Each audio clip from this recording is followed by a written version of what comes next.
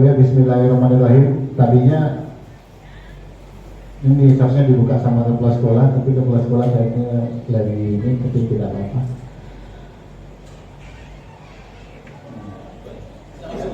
Sekolah dulu ya.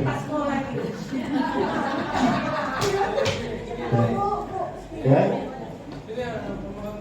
Baik, kita mulai saja. Bismillahirrahmanirrahim. Assalamualaikum warahmatullahi wabarakatuh. Selamat siang Bapak Ibu, salam sejahtera semuanya. Yang kami hormati Bapak Ibu guru-guru hebat di SMK Negeri 4 Pekanbaru. Ya, jadi izinkan kami bertiga di depan sini. Ya, izinkan kami bertiga di sini untuk menyampaikan apa yang sudah kami dapat dari guru penggerak. Jadi ingin kami imbaskan, jadi ingin kami tularkan kepada Bapak Ibu supaya ada nanti maknanya. Karena salah satu tugas kami juga di sini, apapun yang kami dapat selama menjadi guru penggerak atau calon guru penggerak, itu harus kami tularkan, harus kami berikan juga kepada sekurang-kurangnya kawan-kawan atau rekan-rekan sejawat yang ada di lingkungan sekolah tersebut. Ya, jadi perkenalkan, nah sebenarnya udah kenal ya kan. Ini saya sendiri Pak Nur Hayri, di sebelah kanan saya ada Pak Edi, dan di sebelah kiri saya ada Pedia. Kebetulan saya dari angkatan 8 CGP-nya, dan Bu Pedia Pak Edi angkatan 9. Nah, hanya saja diklatnya pendidikannya sama. Jadi kami sama-sama diklat di angkatan 9. Nah, oke. Jadi Bapak Ibu, mungkin itu sedikit perkenalan kami kepada Bapak Ibu. Karena selama ini saya rasa mungkin kita juga sudah saling kenal, tapi mengenai guru penggerak ini, inilah kami juga baru jalan 2 bulan, dan ini budaya positif ini modul 1.4 ya, dan asli nyatanya harus dibuatkan seperti ini, semacam seni seminar ya.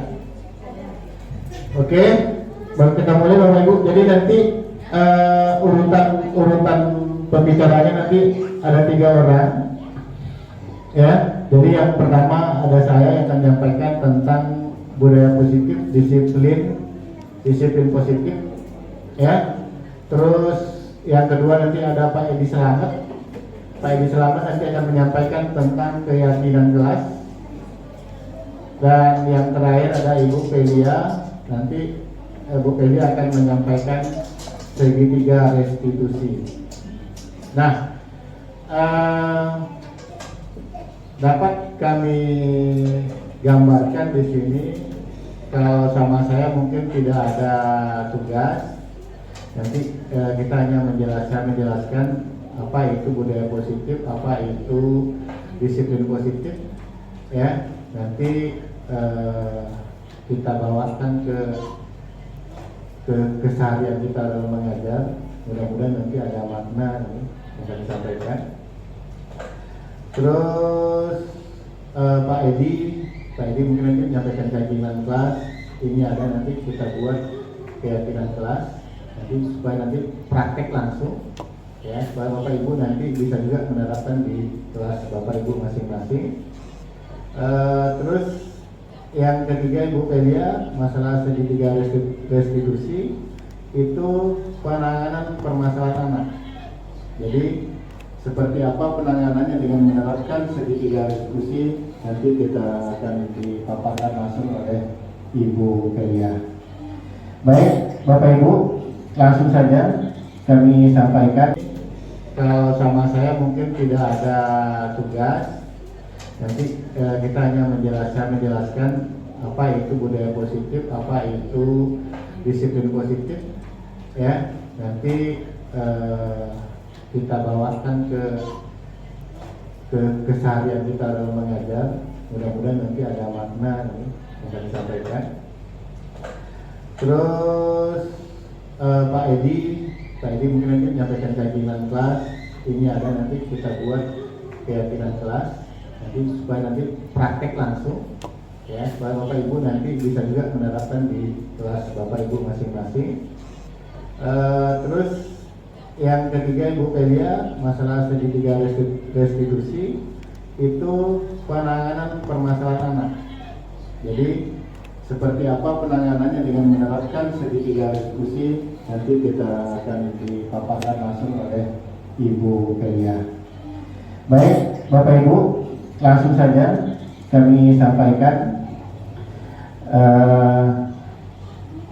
diseminasi atau pembahasan modul 1.4 budaya positif oleh tim CGP SMK Negeri Pekanbaru. Ada 3 kami kebetulan di angkatannya ada 3. Terus,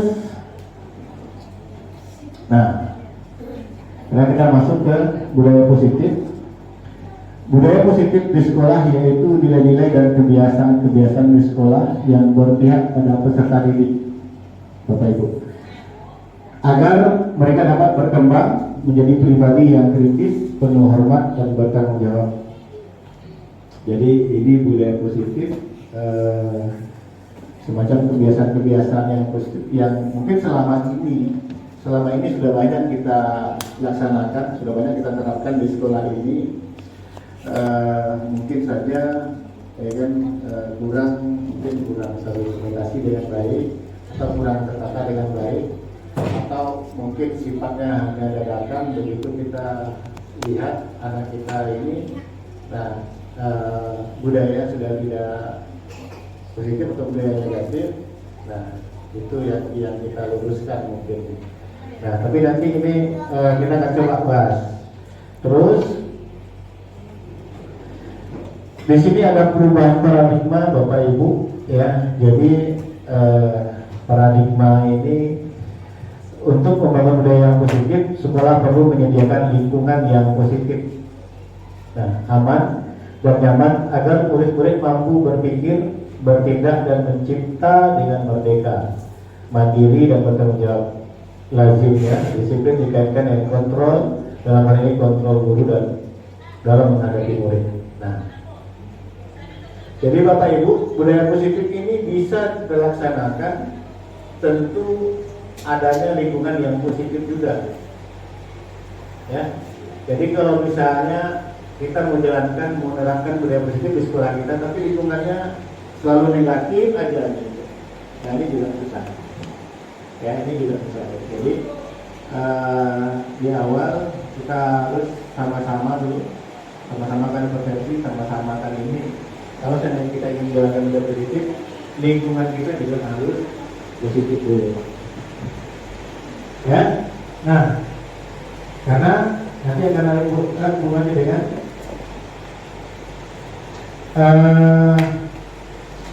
ini tidak usah ya. Nah di sini Bapak Ibu, jadi ini menurut Ki Hajar Dewantara, KHD, bahwa tujuan pendidikan yaitu menuntut segala kodrat yang ada, pada anak-anak agar mereka dapat mencapai keselamatan dan kebahagiaan yang setinggi-tingginya, baik sebagai manusia maupun sebagai anggota masyarakat. Nah, ini menurut Ki Hajar Dewantara, Bapak Ibu. Ya, oleh sebab itu, pendidik itu hanya dapat menuntun tubuh atau hidupnya kekuatan kodrat yang ada pada anak-anak agar dapat memperbaiki lakunya. Ya, bukan dasarnya hidup dan tumbuhnya kekuatan kodrat anak. Jadi menurut KHD di sini ya, bahwasanya pendidikan itu adalah menuntun. Kita menuntun Bapak Ibu anak-anak didik kita untuk berkembang sesuai dengan kodratnya. Jadi kodrat anak tersebut ada dua Bapak Ibu, ada kodrat alam dan ada kodrat zaman.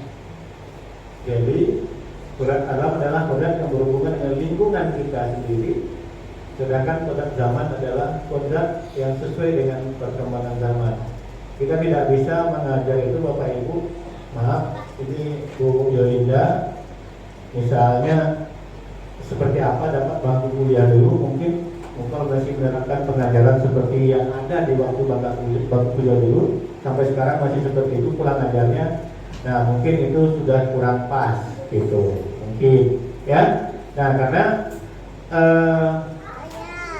perkembangan zaman tersebut mau nggak mau kita harus ikuti ya. Nah dalam begitu juga dalam mendidik anak-anak kita harus juga mengikuti perkembangan zaman tersebut. Nah, sementara kodrat anak di alam ya kita harus juga bisa dengan memanfaatkan mungkin infrastruktur yang yang apa adanya, mungkin keterbatasan infrastruktur alat dan bahan. Nah kita harus bisa memaksimalkan anak tersebut ya dalam kondisi apapun. Lanjut. Nah sementara kita sendiri sebagai pendidik Bapak Ibu, kita yang memegang kontrol atas kepala tangan kita, apakah kita membuka atau menutup kepala tangan kita, itu bergantung pada diri kita masing-masing sesuai dengan kebutuhan dasar kita saat itu. Jadi di dalam diri tersebut semuanya tergantung kita Bapak Ibu, mau kita ginikan atau mau kita lepas ya. Kira-kira Ibu Bapak Ibu paham tujuannya seperti apa ya. Anak-anak tersebut mau kita buat seperti apa, itu yang kontrolnya adalah kita sebagai pendidik ya. Jadi kedepannya mungkin kalau kita ingin anak kita tersebut lebih baik kedepannya, maka kita ajarlah dengan sebaik-baiknya. Tapi kalau misalnya kita tidak menginginkan anak tersebut, ya terserah apa adanya ya kan. Nah tidak bisa kita lakukan seperti itu karena ini kontrolnya ada di kita. Baik. Nah di sini Bapak Ibu ya, di sini ada namanya perubahan paradigma teori kontrol ya, atau ilusi kontrol. Yang pertama ilusi guru mengontrol murid. Yang kedua, ilusi bahwa kritik dan membuat orang merasa bersalah dapat menguatkan karakter. Yang ketiga, ilusi bahwa semua penguatan positif, efektif, dan bermanfaat. Yang keempat, ilusi bahwa orang dewasa memiliki hak untuk memaksa. Ya. Kenapa di sini kira-kira dibuatkan ilusi? Apa kira-kira? Mungkin bisa Bapak Ibu kasih pendapat. Saya tidak enak juga Bapak Ibu. Maaf Bapak Ibu, kami bukan mengajar ya. Jadi kami ingin berbagi, judulnya itu ya. Jadi kita juga boleh diskusi Bapak Ibu. Jadi ya, kenapa di sini perubahan paradigma tersebut adalah ilusi kontrol. Kira-kira apa? Kontrol kita terhadap anak ya, mungkin kita lebih banyak berilusi ya, mungkin lebih banyak berilusi bahwasanya ya, seperti yang pertama ilusi kita rasanya sudah mengontrol murid, kita sudah kita kondisikan murid tersebut, sudah kita atur gitu ya. Nah tapi ternyata kenyataannya kan banyak yang tidak pas gitu, ya. Nah di situ terus kadang kritik ya, kadang tidak ada loh anti kritik Bapak Ibu. Maksudnya tersebut ada orang yang kita mengajar terus kita dikritik, kayaknya Bapak nggak cocok ngajar kayak gitu, atau kayak ibunya seperti ngajarnya kurang ini. Nah, terkadang justru ya kan Pak, kalau misalnya Bapak Ibu guru yang sudah senior, mungkin kalau dikritik mungkin ya mungkin tidak terima ya. Nah ya. Nah kalau Kalau bisa dikritik, alhamdulillah. Ya, karena ada sebagian guru, tapi saya tidak bilang guru di sini, ya, mungkin guru di luar sana, ya. Tapi saya bilang guru-guru sini tadi kan nggak awal, jadi awal kan dibilang guru-guru hebat, ya, ya. Nah, jadi seharusnya kritik itu nanti akan menguatkan kita, ya, tahu kita salah kita di mana. Nah, kalau seandainya kita tidak ini tidak pernah dikritik, ya kita ngajarnya, menurut kita nggak bagus, ya. Nah, ini yang perlu kita kembangkan ke depan. Terus bahwa semua penguatan positif efektif dan bermanfaat. Nah, ini pasti. Terus orang dewasa memiliki hak untuk memaksa. Gimana, Bapak Ibu? Kita punya hak untuk memaksa. Ya, nah,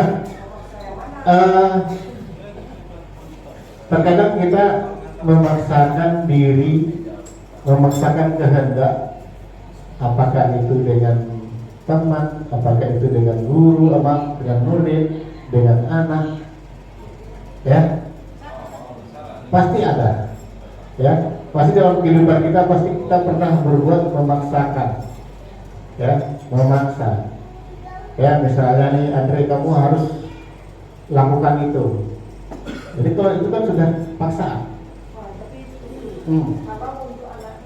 Ya, ya, oke, iya, ya, oke, nanti kita catat Ibu apa ya, Pak editor ya.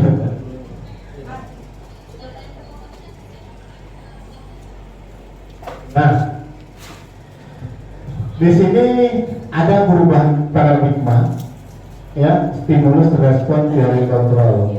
Siapa sesungguhnya yang memiliki kontrol? Nah, di situ sudah ada namanya stimulus respon dan teori kontrol, ya, di mana kita stimulus responnya kita mencoba mengubah orang agar berpandangan sama dengan kita, ya, ini stimulus.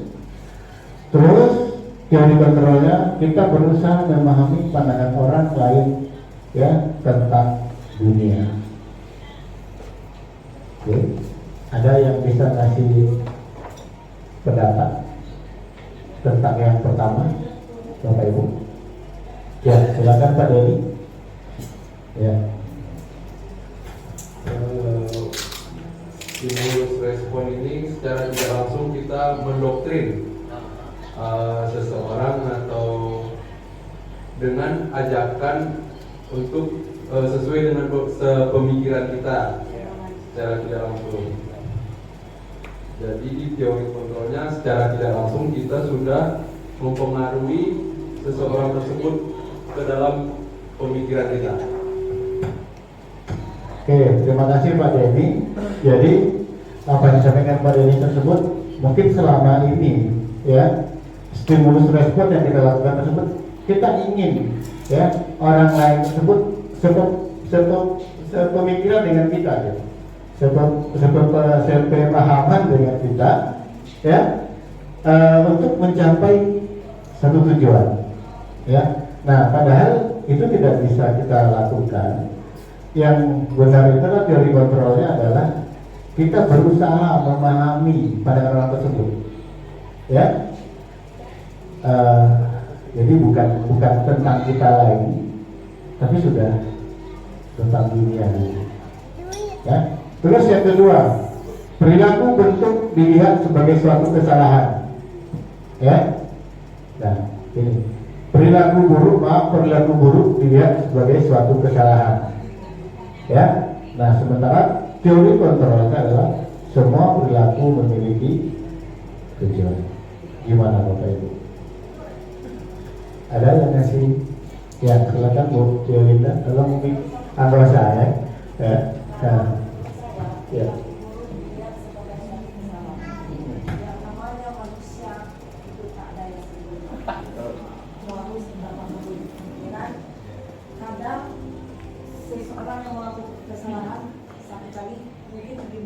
melakukan kebaikan.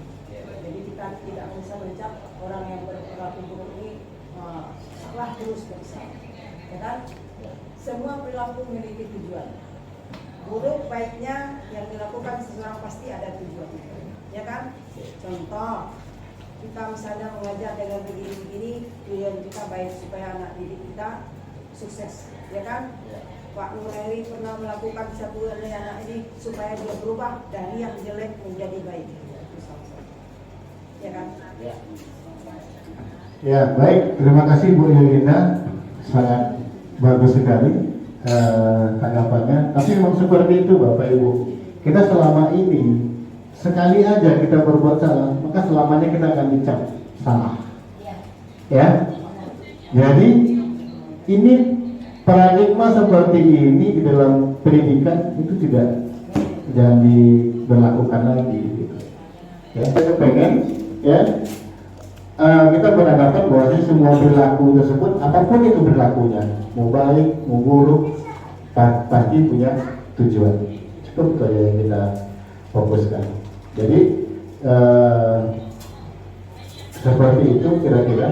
Terus orang lain bisa mengontrol saya, hanya Anda yang bisa mengontrol diri Anda. Nah, oke. Yang poin ketiga ada, silakan Bapak Ibu. Bu Fitriani, silakan dikomentari.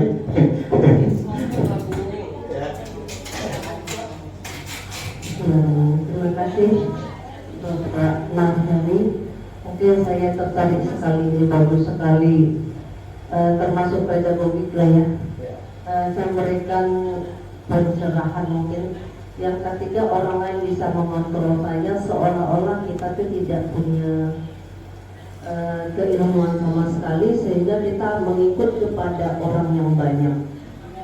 Padahal sebenarnya kita punya kekuatan, tapi stimulus yang kita harapkan orang lain bisa membawa kita bersama-sama. Di mana suara terbanyak, disitulah kita ikut.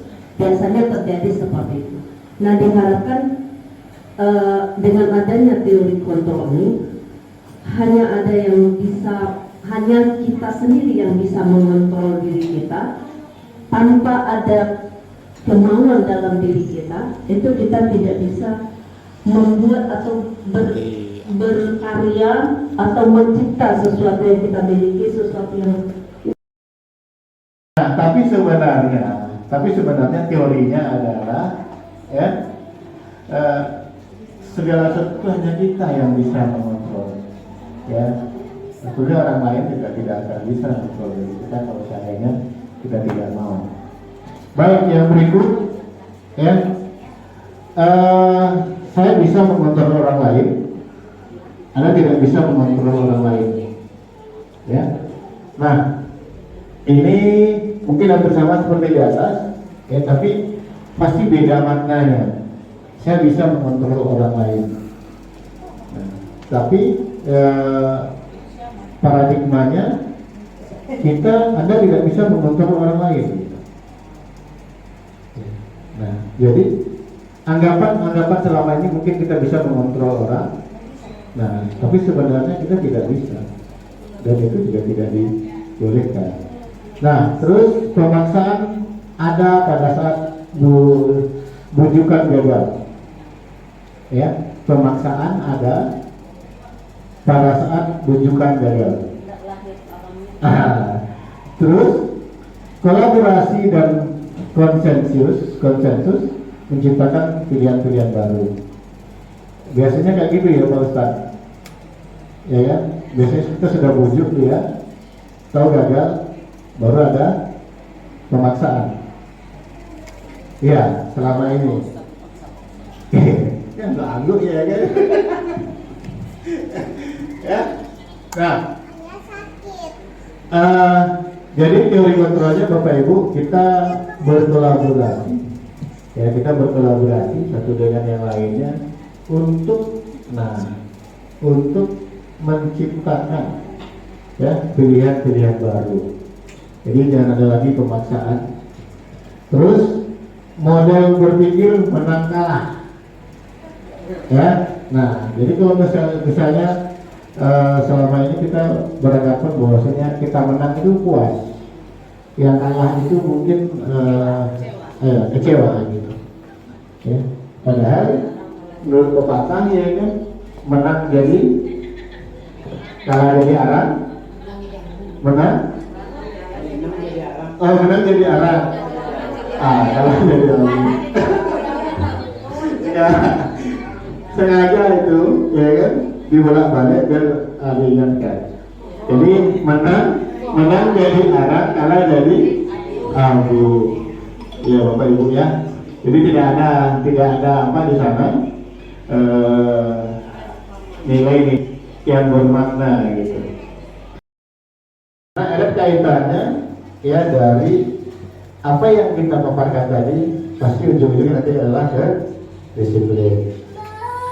Nah, apa itu? Apa makna disiplin? Kira-kira apa Bapak Ibu? Peraturan yang disepakati. Oke. Ada lagi Bapak Ibu? Bu Dewi? Itu peraturan yang disepakati. Ya, Bu Santi? Ya, Bu An? Peraturan yang disepakati secara bersama. Oke. Ya, kita lihat. Ya, lanjut Pak. Nah, ya, disiplin berasal dari bahasa Latin disciplina, yang artinya adalah belajar. Makna asal dari kata ini berkonotasi dengan disiplin diri dari murid-murid Sokrates dan Plato. Baik ya. Nah, disiplin diri membuat orang menggali potensinya menuju sebuah tujuan apa yang dia hargai. Nah, namun dalam budaya kita, makna kata disiplin telah berubah menjadi sesuatu yang dilakukan seseorang pada orang lain untuk mendapatkan kepatuhan. Betul Bapak Ibu? Ya, maksudnya tujuan disiplin tersebut ditaati adalah untuk mendapatkan kepatuhan. Ya, taat. Kecenderungan umum adalah menghubungkan kata disiplin dengan ketidaknyamanan, bukan dengan apa yang kita hargai atau pencapaian suatu tujuan mulia. Nah, jadi selama ini disiplin tersebut kita beranggapan bahwasanya itu anak disiplin, kan? Taat pada aturan yang ada. Iya Pak Ustaz. Ini dalam kajian apa nih? Nanti biar Pak Edi yang bahas. Iya, spiritual ya. Ya, tapi inilah itu makna dari disiplin. Lanjut Pak Edi. Nah, di sini disiplin adalah ya kemampuan memerintah diri sendiri. Ini kata kunci pertama adalah kemampuan memerintah diri sendiri dalam mengontrol dan menguasai diri untuk memilih tindakan yang mengacu pada nilai yang kita hargai dengan penuh tanggung jawab tanpa terperintah orang lain. Ini Bapak Ibu, disiplin itu sebenarnya. Ya, ini disiplin itu sebenarnya. Kalau kita pahami satu persatu dari baik kata-katanya, ya. Ini masuk, kalau masukan dari sanubari hati kita, ya inilah. Jadi selama ini kalau kita disiplin, mungkin pikiran kita hanya menganggap kita harus taat, harus datang, harus ceklok pagi jam 7, pulang ceklok jam 4. Nah itu kita sudah disiplin, ya itu kita sudah disiplin. Nah sebenarnya disiplin itu inilah, ya kemampuan, ya. Kemampuan memerintah diri kita sendiri. Tapi apa yang kita lakukan ya untuk mungkin melakukan apa yang sudah menjadi aturan. Ya, baik lanjut Pak Edi. Nah, maksud dari nilai kita hargai, yang kita hargai nilai-nilai tersebut adalah nilai-nilai kebajikan atau sifat-sifat positif manusia yang merupakan tujuan mulia yang ingin dicapai setiap individu. Kira-kira Bapak Ibu ya, dari kata disiplin tadi ada di situ nilai yang kita hargai ya. Jadi nilai kebajikan yang dicapai oleh setiap anak Indonesia kita kenal dengan profil pelajar Pancasila ya. Bapak Ibu, di sini ada beriman, bertakwa kepada Tuhan Yang Maha Esa, dan berakhlak. Ini nilai yang pertama sesuai dengan kurikulum Pancasila. Terus mandiri, bernalar kritis, berkebinekaan global, bergotong royong, kreatif. Ya, lanjut Pak Edi. Nah, terus teori motivasi perilaku manusia Bapak Ibu. Ya, satu, untuk menghindari ketidaknyamanan, hukuman apa yang akan terjadi apabila saya tidak melakukannya. Ya. Terus yang kedua, untuk mendapatkan imbalan dari orang lain, institusi, ya, apa yang akan saya dapatkan apabila saya melakukannya. Untuk menghargai diri sendiri, saya akan menjadi orang yang seperti apa bila saya melakukannya. Nah, ini motivasi perilaku kita Bapak Ibu, perilaku kita sebagai manusia. Jadi di situ ada motivasi eksternal, ada yang datang dari luar, ada motivasi internal, ya, yang datang dari dalam. Lanjut. Nah, ini Bapak Ibu, kebutuhan dasar manusia kira-kira benar atau enggak nih? Ya, di mana kebutuhan dasar manusia tersebut ada di situ cinta, kasih, atau kepengen diterima, ya. Terus ada ada penguasaan, ada kesenangan, dan ada kebebasan. Ini adalah kebutuhan dasar manusia. Betul nggak kira-kira Bapak Ibu? Bapak Ibu butuh cinta kasih nggak? Wah, perlu, ya. Perlu diterima, wah, ya, karena ini yang paling utama. Terus penguasaan,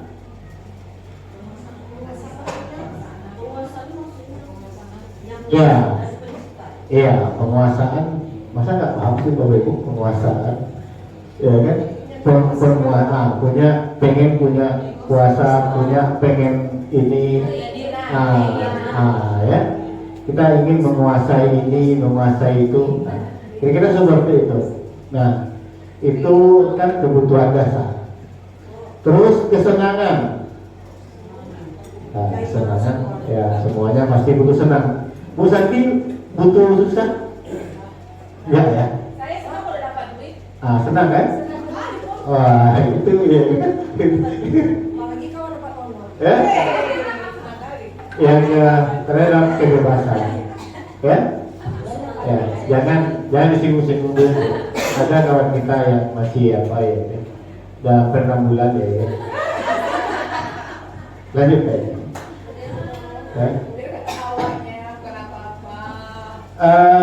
Ini kasus ya kan, ya.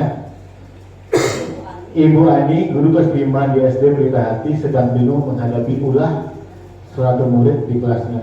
Agus, berapa anak telah datang dan mengeluhkan Agus yang bernama kelasnya Agus? Beberapa anak telah datang dan mengeluhkan Agus yang seringkali meminta bekal makan siang mereka dengan paksa. Jika Anda menghadapi situasi seperti Ibu Ani, apakah yang akan Anda lakukan? Menurut Anda? Kira apa alasan Agus melakukan hal itu? Nah, silakan Bapak Ibu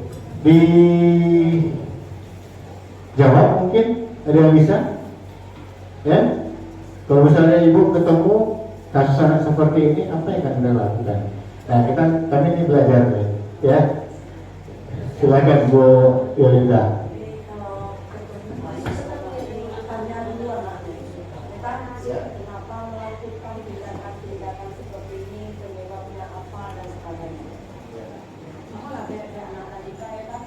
Melakukan kegiatan yang di luar nalar kita. Ini harus tahu kita penyebabnya apa dulu. Apakah faktor eksternal atau internal. Maksudnya di luar mungkin orang tuanya broken home, tidak usah seperti ini, saya malas. Kalau misalnya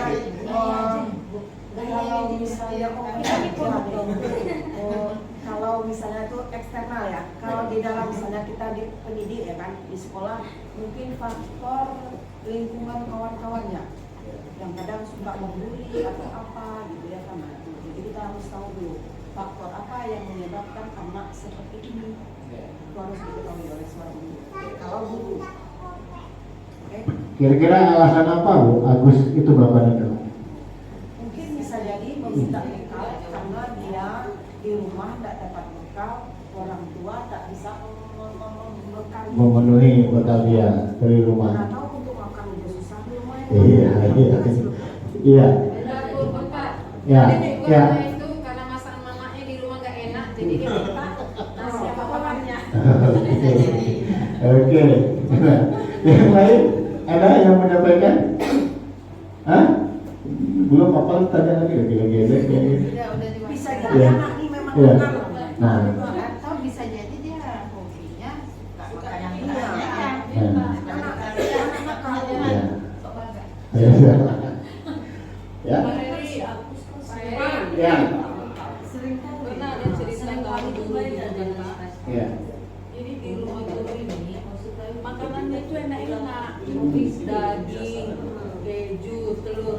Sekali kawannya itu ikan asin cabai hijau. Nah, suka dia Pak makanan kawan itu karena beda gitu. Maka gitu kan. Oke, Bapak Ibu. Jadi terima kasih. Ya. Begini, kalau saya memandang, ya, tentu kalau kasusnya seperti ini, tentu kita identifikasi dulu permasalahannya apa. Kita lakukan identifikasi. Ya seperti sama Ibu Yolina tadi, faktor-faktor apa yang membuat ini. Nah, tapi ya kalau alasan yang disampaikan oleh Bu Yolina, Bu Santi, Bu A dan lainnya itu kurang masuk. Sebenarnya kenapa anak ini melakukan hal ini? Yang pertama alasannya adalah anak tersebut butuh perhatian. Capek, Ya, cari perhatian. ya bisa saja salah satu alasan dia tidak pernah dapat perlakuan yang bagus, yang baik di rumah dia, atau tidak pernah mendapatkan dia diterima di lingkungan dia, maka dia bisa melakukan hal-hal yang tidak diinginkan gitu di kelasnya. Nah, tapi kalau misalnya anak yang sudah mendapatkan perhatian full dari orang tuanya, pasti dia sudah disiapkan bekalnya, disiapkan uang jajannya, pasti diajarkan sopan santunnya. Itu berarti orang tua yang perhatian. Nah, berarti anak ini kurang perhatian. Oke, Bapak Ibu, ya. Apa yang kita lakukan terhadap anak? Yang kita lakukan, ya nanti kan permasalahan nanti di segitiga restitusi. Ya, nanti di situ nanti penyelesaian permasalahan anak, ya seperti apa konsepnya nanti di segitiga restitusi kita ini kan. Ya, sekarang kita hanya bahas masalah Bapak Ibu, tapi silakan. Oke. Saya rasa ini zaman tadi Bapak Ibu, ya. Jadi apabila Gus karena lapar, dua orang tua tidak membuatkan bekal, maka siap butuhnya adalah bertahan hidup. Nah, ini alasan-alasan kenapa si Agus seperti tadi, kira-kira seperti itu. Ya, lanjut. Nah, ini Bapak Ibu 5 posisi kontrol guru yang harus kita miliki. Yang pertama, maaf, mungkin ini tidak lagi ya. Sebagai kita bisa sebagai penghukum. Yang kedua, pembuat merasa bersalah. Yang ketiga, sebagai teman. Yang keempat, pemantau. Yang kelima, ada manajer.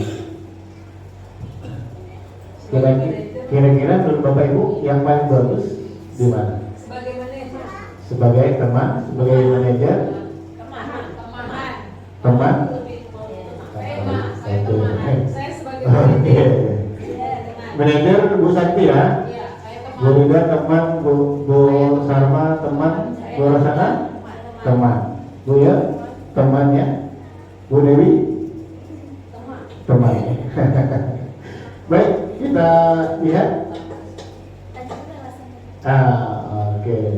Karena ini sudah ya kan, sudah dibuka, ya kan, sudah dibuka sama Pak Edi, ya kan.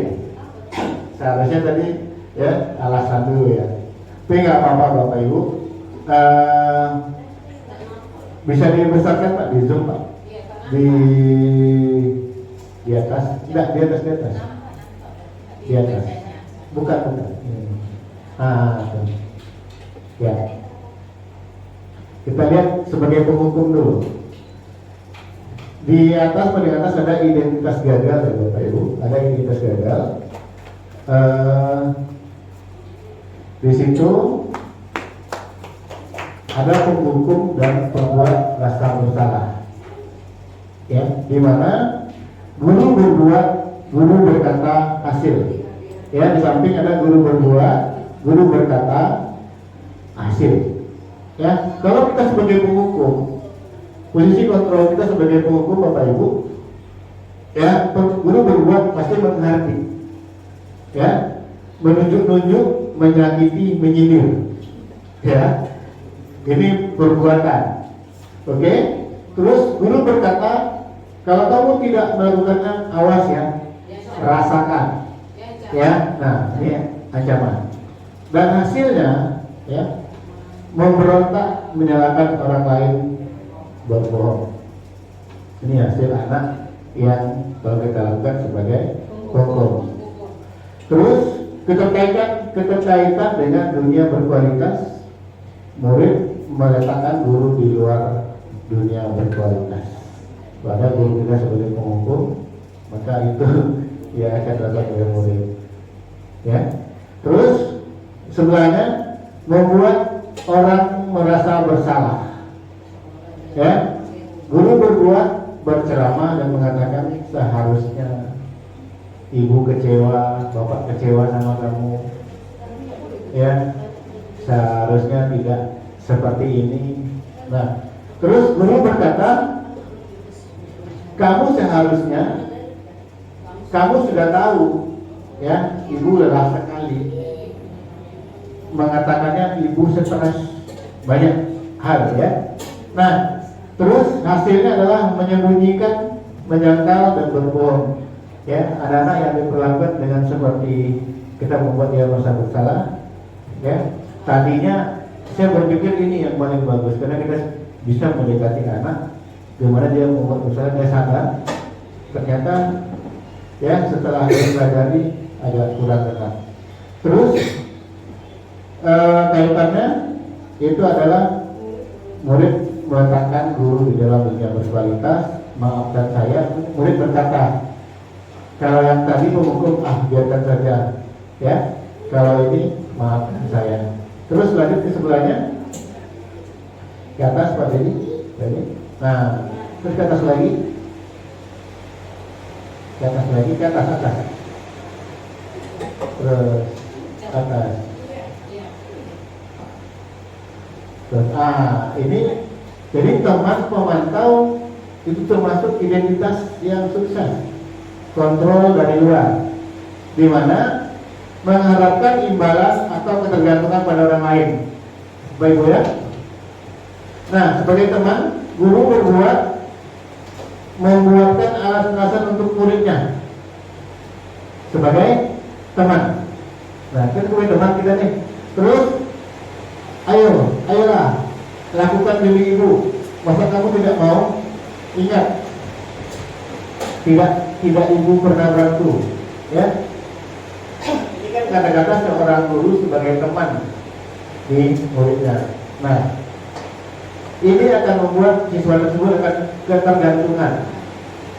Ya, murid meletakkan guru di sebagai orang yang sangat penting di dunia berkualitas. Terus saya pikir Bapak Ibu teman saya ternyata begitu. Nah ini respon dari anak-anak kita. Ini lemah, tidak mandiri dan ketergantungan. Ini sifat yang kalau kita sebagai teman. Oke, memantau. Ya, kalau kita sebagai memantau, kontrolnya kita lebih banyak itu berbuat menghitung dan mengukur. Ya, gimana? Apa yang kita bilang menghitung dan mengukur, Bapak Ibu? Ya, kita hanya sibuk menghitung dan mengukur. Ya, terus selalu kata-kata yang keluar adalah apa peraturannya, apa konsekuensinya, apa komitmennya, apa, ya banyak lagi. Terus ini siswanya akan menyesuaikan diri bila diawasi. Kalau tidak diawasi dia tidak akan ada pengaruhnya. Tapi ya kalau merasa diawasi dia baru akan menyesuaikan diri. Nah, murid mengatakan guru di ini adalah peraturan dan hukum di dunia berkualitas. Peraturan dan hukum. Terus kata-kata murid, berapa banyak bintang yang saya harus peroleh, berapa halaman yang harus saya tulis. Nah ini. Terus menitik beratkan pada sanksi atau hadiah yang hadiah untuk dirinya. Ini yang pemantau. Selanjutnya Bapak Ibu, yang terakhir ada sebagai manajer, identitas berhasil, sukses, kontrol diri, ya, itu lebih banyak yang menghargai diri sendiri. Jadi sebagai manajer, selalu kata-kata atau perbuatan yang kita buat adalah mengajukan pertanyaan-pertanyaan, ya, mengajukan pertanyaan-pertanyaan. Terus yang kita omongkan, yang kita bilang, lalu apa yang kita yakini, ya. Terus apa yang bisa kau kerjakan untuk memperbaiki masalah ini. Semacam ini pertanyaan-pertanyaannya, apa yang kita yakini, ya. Nah ini selaku manajer. Terus ke bawah lagi. Nah ini menguatkan pribadi. Terus murid meletakkan dirinya sebagai individu yang positif dalam dunia berkualitas. Murid menetapkan dirinya, ya, sebagai individu yang positif dalam dunia berkualitas. Bagaimana caranya saya bisa memperbaiki keadaan? Ini selalu yang dikatakan anak-anak di saat kita menanyakan apa yang bisa kami lakukan untuk memperbaiki, ya, keadaan masalah. Nah ini nanti kita akan bahas tuntas di keyakinan kelas, Bapak Ibu. Terus dia akan selalu mengevaluasi diri, bagaimana cara memperbaiki diri. Kalau anak-anak ditangani di level manajer, kita sebagai manajer, anak-anak akan selalu, ya, bisa mengevaluasi diri dia. Oke. Sekarang setelah tahu ini, kita yang mana bagus Bapak Ibu? Nah, manajer, ya, dia menang Musanti, ya. Tapi bukan tidak mungkin yang lainnya kita laksanakan. Ada saatnya kita sebagai penghukum, ada saatnya kita sebagai pemantau, sebagai teman, sebagai tapi itu kontrol diri kita. Tapi hal yang paling baik itu adalah sebagai manajer. Lanjut Pak Edi, masih ada. Nah, di sini misalkan ini. Ini yang terakhir Bapak Ibu, nanti akan masuk Pak Edi. Nah, pernyataan tentang tadi. Ini saya kecewa sekali dengan kamu. Ini adalah kata-kata membuat orang merasa bersalah. Kamu tidak pernah benar melakukannya. Nah, kalau ini pernah kita lontarkan, berarti ini kita sebagai penghukum. Terus, ayolah lakukan demi ibu bapak. Nah, ini sebagai teman. Apakah kamu mendapatkan stiker bintang hari ini? Nah, ini sudah sebagai pemantau. Bagaimana kamu bisa menyelesaikan masalah ini? Nah, ini baru posisi manajer. Terus kamu selalu yang paling terakhir. Nah, ini kata-kata ini, ya, sebagai hukum. Baik, mungkin itu saja yang bisa saya sampaikan. Kalau misalnya nanti ada pertanyaan, nanti di sesi terakhir kita buka. Hari ini kita sampaikan dulu semuanya. Berikutnya sampaikan oleh Pak Edi. Selamat. Silakan. Baik Bapak Ibu, terakhir kita masuk ke refleksi Bapak Ibu. Jadi untuk tahap ini ada 3 pertanyaan. Ya, yang pertama, perasaan saat ini adalah, terus setelah mengikuti materi pengembasan dan seminasi pada hari ini, saya jadi paham bahwa, nah, terus target saya selanjutnya adalah, nah, jadi nanti kita minta testimoni untuk 3 orang,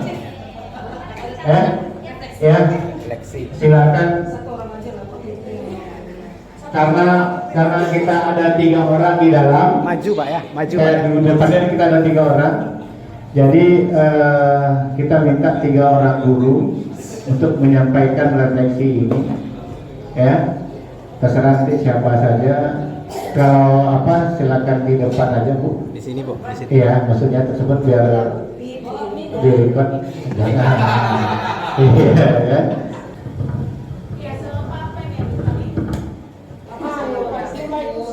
Bismillahirrahmanirrahim. Terima kasih Bapak Ibu dari CGP Angkatan 9. Mudah-mudahan SMK 4 lolos semuanya. Amin. Yes. Kami mendoakan turut serta berbahagia. Untuk refleksi hari ini setelah dilakukan diseminasi oleh Bapak Ibu dari SMK 4, perasaan saya saat ini adalah bahagia, terharu, dapat pengalaman yang berarti yang bisa kita terapkan di masa mendatang. Mudah-mudahan Bapak Ibu juga merasakan hal yang sama. Setelah mengikuti materi pengimbasan diseminasi pada hari ini, saya jadi paham bahwa disiplin itu terus membudaya di sekolah kita. Jangan kita saja, tapi kita perlihatkan kepada siswa kita agar kita bersama-sama menerapkan budaya disiplin ini, sehingga sekolah SMK Negeri 4 Pekanbaru menjadi contoh untuk sekolah-sekolah lainnya. Target saya selanjutnya adalah mari Bapak Ibu bersama-sama kita berbimbing tangan gandeng bahu untuk melaksanakan apa yang sudah disampaikan oleh rekan-rekan sejawat kita. Mudah-mudahan bermanfaat di masa mendatang. Dan untuk kita hari ini, kami secara pribadi mengucapkan terima kasih banyak. Assalamualaikum warahmatullahi wabarakatuh. Satu orang lagi, 2 orang lagi Bapak Ibu. Silakan Bu Nani. Boleh minta, nggak apa-apa Bu, kita oke Pak. Oh apa-apa Pak ya. Saiful kita minta. Pak Saiful menyampaikan perasaan Pak Saiful hari ini. Ya, ya. Ya. Ini agak enak-enak. Terima kasih atas waktu yang diberikan. Langsung saja, perasaan kami saat ini, terutama kami pribadi, sungguh luar biasa. Berbahagia sekali kami rasanya bisa berjumpa dengan guru-guru CGP ini. Rupanya inilah guru-guru yang pemungkas ke depan untuk perbaikan SMK 4 ke depannya. Yang kedua, setelah mengikuti materi pengimbasan diseminasi pada hari ini, saya jadi paham bahwa apa yang kami lakukan selama ini, sudah paham kami kategori yang mana kami sebenarnya. Setelah melihat tadi yang disampaikan tadi. Terus yang ketiga, target saya selanjutnya adalah akan mencoba bagaimana sampai di posisi manajer yang dimaksud tadi. Itu saja. Sekian, terima kasih. Assalamualaikum warahmatullahi wabarakatuh. Satu orang lagi.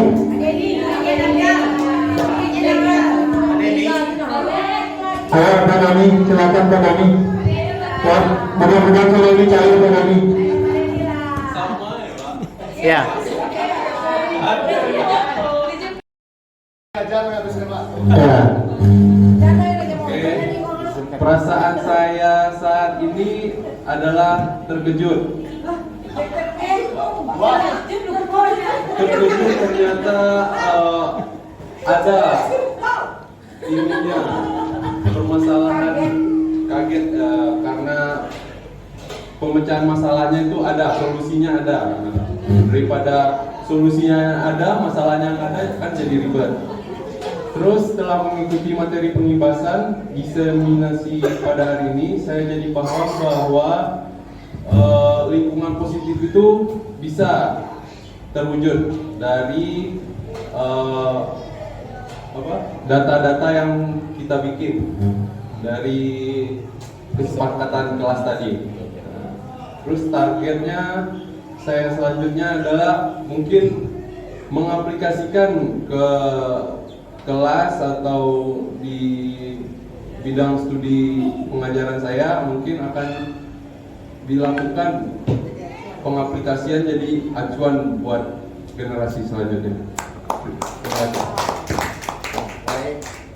Terima kasih Pak Tony. Ada lagi Bapak yang menyampaikan? Boleh ke sana? Pak Rizky Ramadana? Ya kan? Yang malah penjelasan pendidikan kan belum ada. Nah, kalau tadi kan Kita kan sungkan patah sumpah. Iya juga, iya.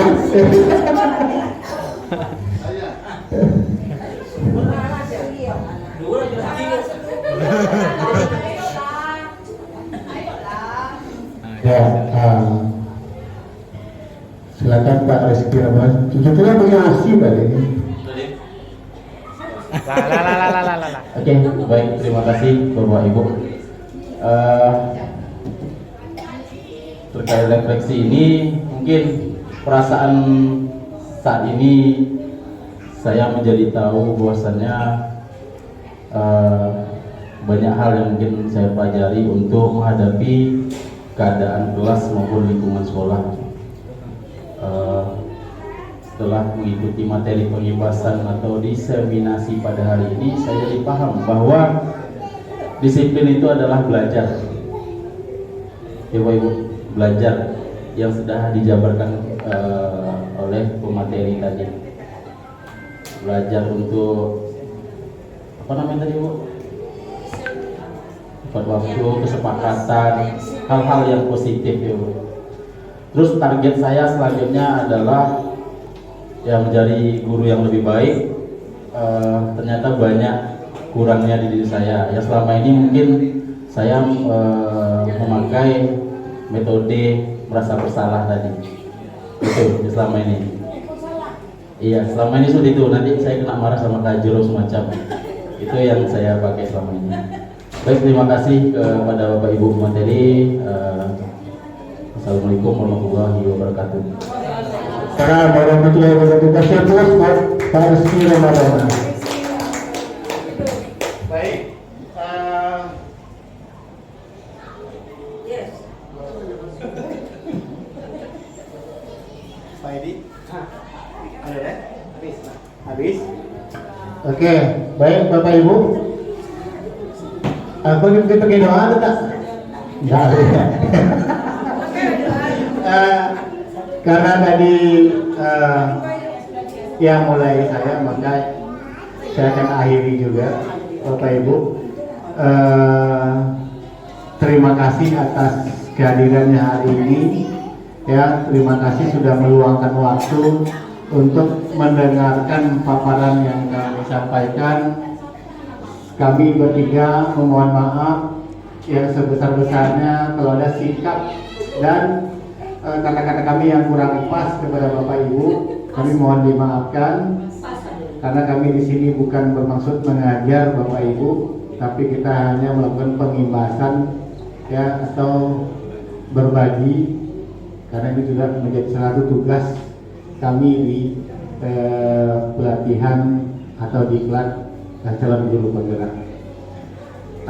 Baik Bapak Ibu, selanjutnya di belakang Bapak Ibu sudah ada snack kotak ya. itu ada dua macam. Jadi kalau Bapak Ibu ambil satu aja.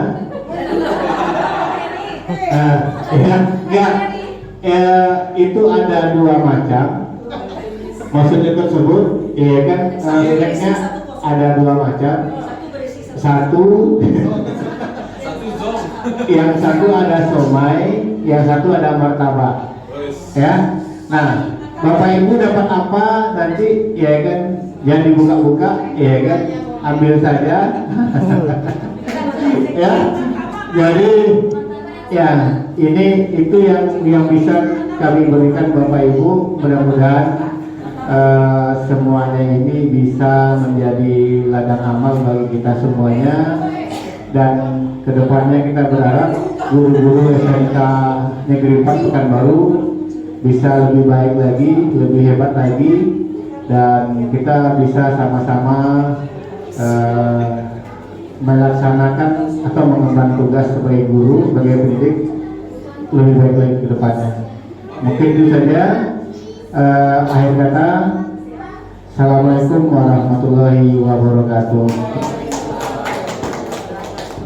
Bapak Ibu, terakhir kita foto bersama. Oh iya, boleh. Nah, ya.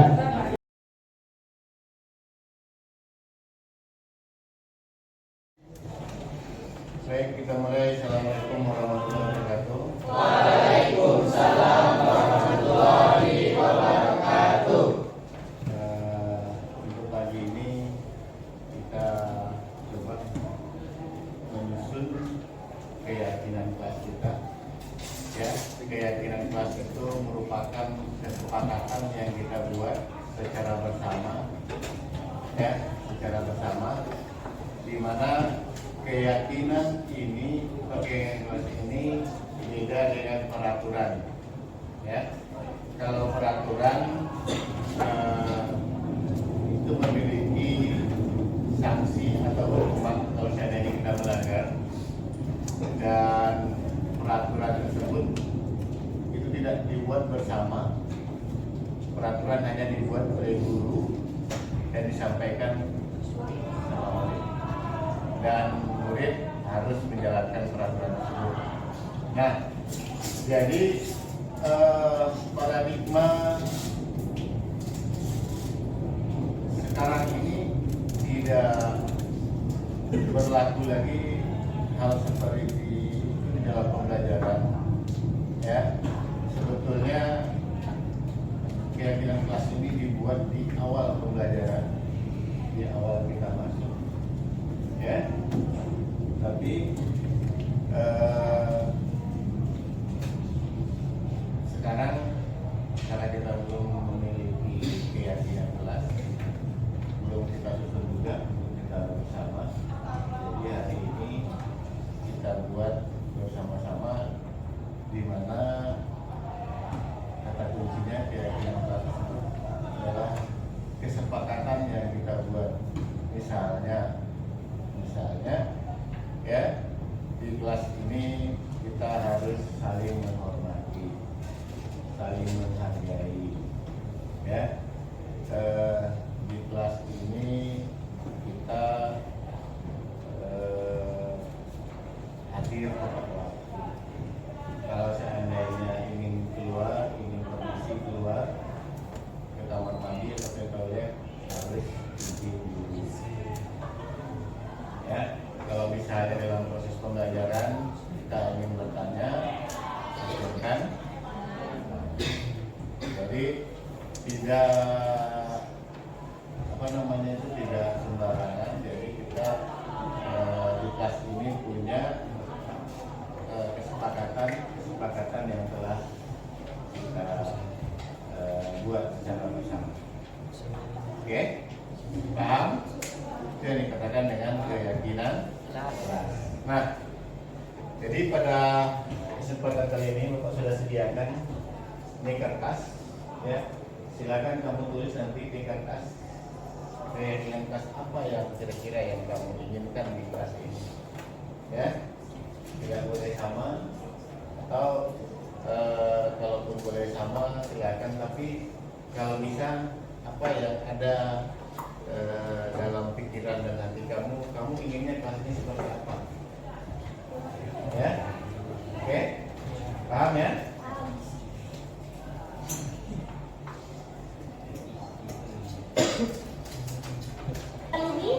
Di depan tulis. Harapan terus, Pak. Hah? Harapan kita di kelas ini. Keyakinan kamu, misalnya tadi kan bahkan misalnya kita saling menghormati, saling menghargai, hadir tepat waktu, ya. Terus di kelas ini apa itu yang ingin kamu sampaikan? Ya. Silakan, kalau sudah tempel. Ya, dan ini aja bawah.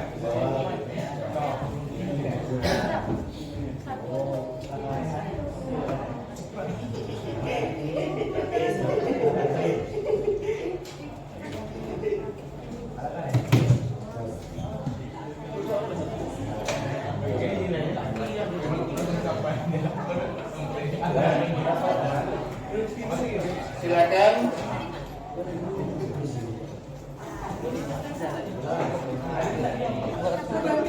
Ya.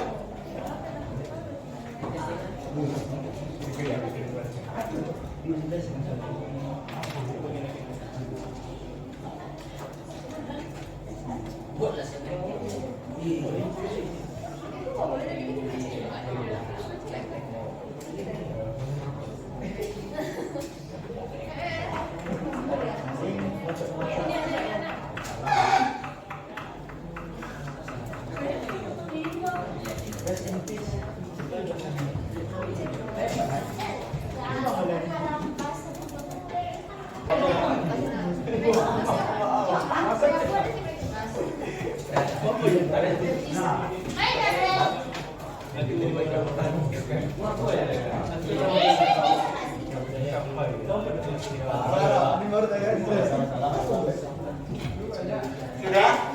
Sudah tempel semuanya? Sudah? Sekarang tanya.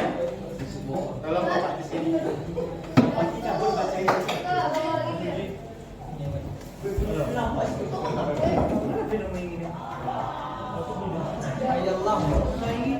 Ya. Sekarang kita kelompokkan. Kalau seandainya ada yang sama, kan ya, tolong Ripa kamu catat ya. Nanti kalau ada yang sama dan dibacakan sama Dania, silakan dibaca Dania dari situ. Enggak, nanti juga baca juga ya. Oke, yang pertama, selalu kompak di segala bidang, baik guru maupun murid. Saling bekerja sama untuk kelas kita. Semoga kelas ini kompak dalam hal apapun. Yang selanjutnya, solidaritas tanpa batas, oke? Dari Jamal 2025. Nah, selanjutnya, keyakinan saya adalah saya kelas ini kompak dan ingin bekerja sama. Nah, selanjutnya, keyakinan saya sopan dalam berbicara terhadap teman. Selanjutnya, harapan kepada teman-teman, kalau temannya lagi presentasi dihargai ya. Nah. Selanjutnya, saya ingin kelas ini selalu kompak dalam individu maupun kelompok. Nah. Selanjutnya, saling peduli, menghargai dan tetap akur. Saling peduli, menghargai dan tetap saling membantu, saling menghormati, tidak ada pihak-pihak yang dikucilkan, tetap solid dan tidak ada yang saling mengejek. Selanjutnya, beretika yang baik kepada guru maupun dengan sesama sehingga terwujud kelas yang memiliki etika. Selanjutnya, selalu kompak setiap waktu maupun di sekolah atau di luar lingkungan sekolah dan tidak ada hal bullying. Terus saya ingin kedepannya interaksi antar siswa dan guru makin kompak dan komunikasi yang baik. Dan Lalu kebersihan lab TKJ, solidaritas. Dan yang terakhir, keyakinan saya ramah terhadap kawan. Oke. Keyakinan.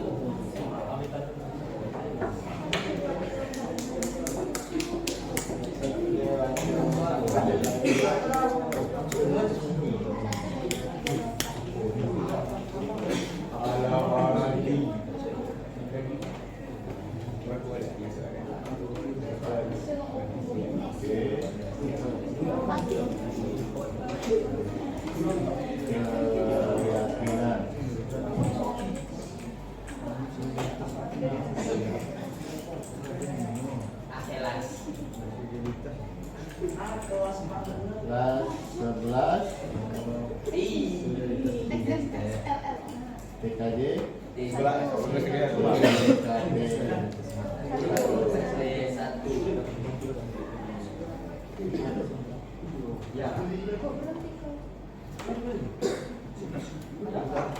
Ayo, iuran nih.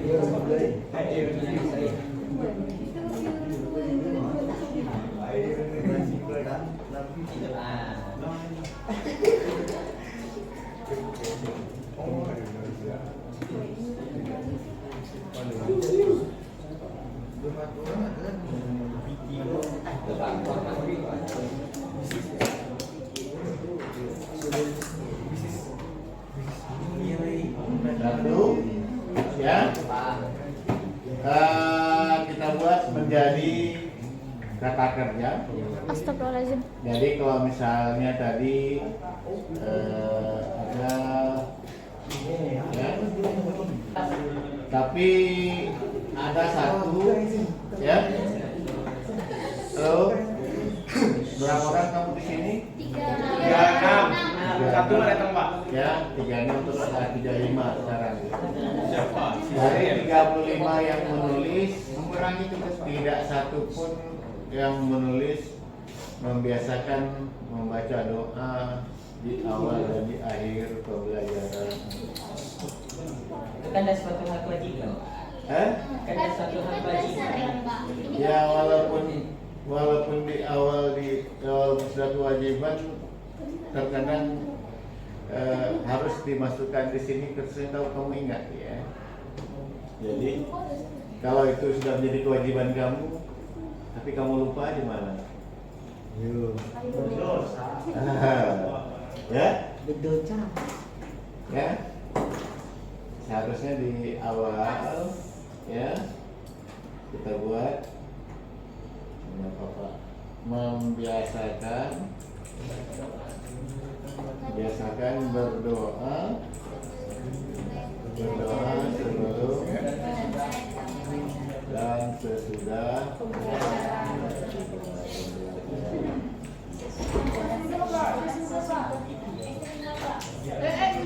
sesudah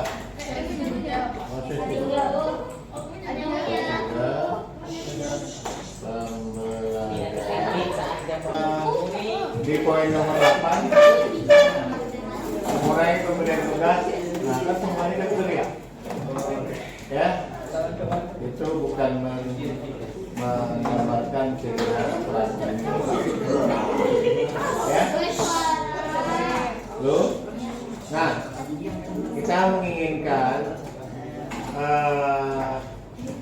dengan adanya keyakinan kelas yang kita buat ini secara bersama-sama, ya, dan kita juga secara sadar menjalankannya, ya, dan kita secara sadar menjalankannya tanpa ada paksaan, tanpa ada tanpa ada pengaruh dari pihak manapun.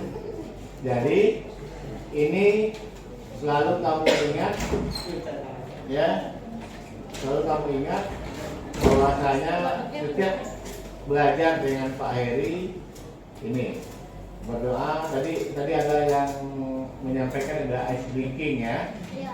Berarti banyak nih ice breakingnya. Satu tuh, yang itu kompak, Kelas kompak. Oke. Oh iya Pak, menghargai saat orang berbicara. Saling menghormati itu udah masuk ke situ. Ya, jadi selalu bersikap saling menghargai dan menghormati.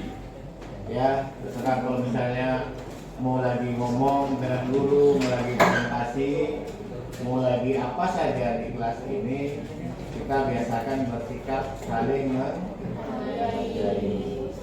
Ya, jadi kita tidak boleh egois.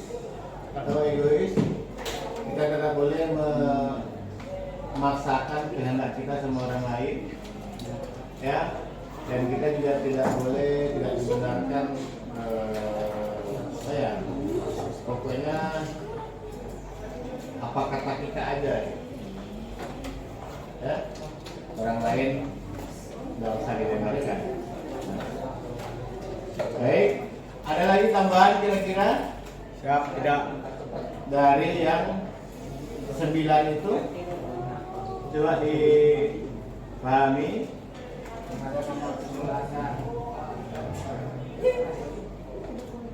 Saya ingin sholatnya dijaga, Pak. Hah? Anakku sendiri jaga ya. Kalau kata-katanya dilarang, dilarang itu berarti sudah peraturan. Kita tidak buat peraturan di kelas ini. Kita hanya membuat keyakinan kita. Kita nggak perlu banyak-banyak sebetulnya, ya. Kita nggak perlu banyak-banyak. Yang simple, yang gampang kamu ingat. Ini bisa aja kamu laksanakan aman kelas ini. Ya, maksudnya tersebut. Ada yang apa ya? Yang kamu langgar misalnya, ya, nanti kamu akan dipanggil, ya, akan ditanyakan keyakinan kelas mana yang kamu langgar. Jadi ini kamu harus apa? Ya, tuh bisa kira-kira laksanakan. Saya sama-sama kita sepakati. Oke, deal? Nah, jadi terima kasih untuk hari ini. Mudah-mudahan kelas 11 DKJ 1 ini bisa lebih baik lagi ke depannya. Amin. Naik kelas semuanya. Amin. Oke, thank you untuk hari ini. Kita jalan dulu sejenak. Ya. Jam berapa? Jam 9.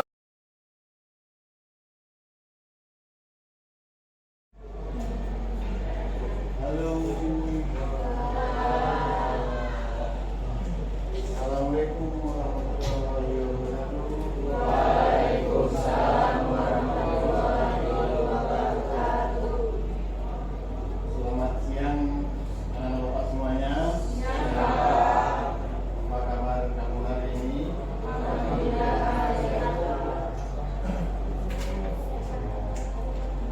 Sepertinya kurang semangat, ya kan, siang-siang seperti ini. Aduh, lagi banyak masalah ya. Ya.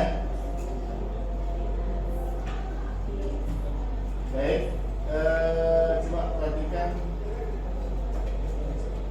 ke depan sebentar.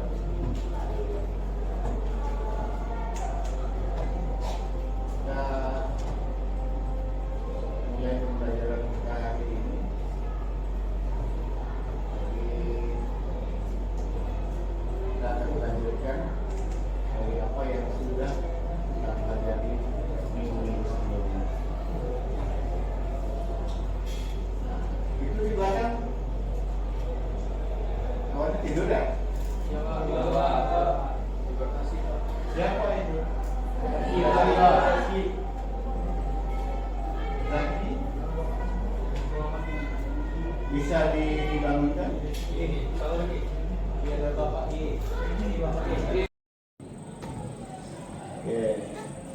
Zaki, apa kabar?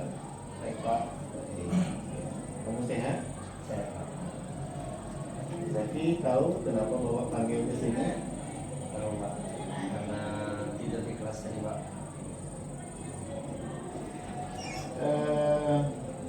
Jadi dari tadi Bapak perhatikan sepertinya Zaki kurang bersemangat di dalam babel, ya.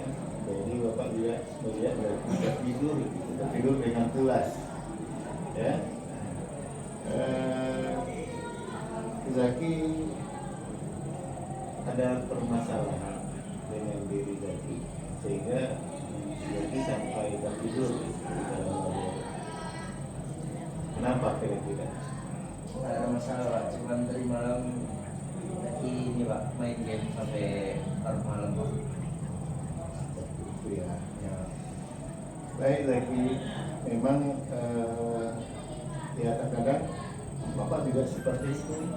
Bapak kadang kalau misalnya lagi susu, lagi jenuh dengan rutinitas dan kerjaan Bapak mungkin yang sangat-sangat membosankan, Bapak juga larikan untuk bermain game, ya, sampai tapi tidak sampai larut malam.